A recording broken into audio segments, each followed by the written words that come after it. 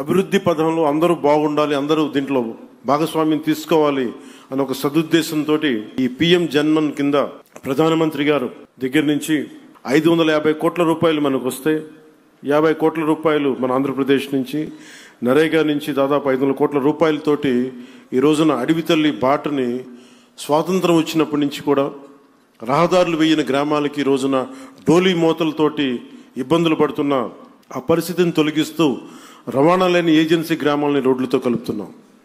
దీనికి ప్రత్యేకంగా గౌరవ ముఖ్యమంత్రి శ్రీ నారా చంద్రబాబు నాయుడు గారికి కృతజ్ఞతలు తెలుపుకోవాలి.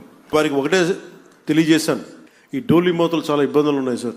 కనీసం మనకున్న ఈ ఆర్థిక ఇబ్బందుల్లో కనీసం మీరు ఒక 50 కోట్లు కానీ రిలీజ్ చేయగలిగితే కనీసం కొన్ని గ్రామాలకైనా మనం చేయొచ్చు అంటే చాలా పెద్ద మనసుతోటి ఆ రోజున ఆయన ఆ 50 కోట్లు విడుదల ఈ రోజున దాదాపు మనం 1000 కోట్లుకి రోడ్లు వేయగలిగే స్థాయిలో ఉన్నాం. అందుకే మనస్ఫూర్తిగా ముఖ్యమంత్రి గారికి నా ధన్యవాదాలు తెలుపుతా ఉన్నాను.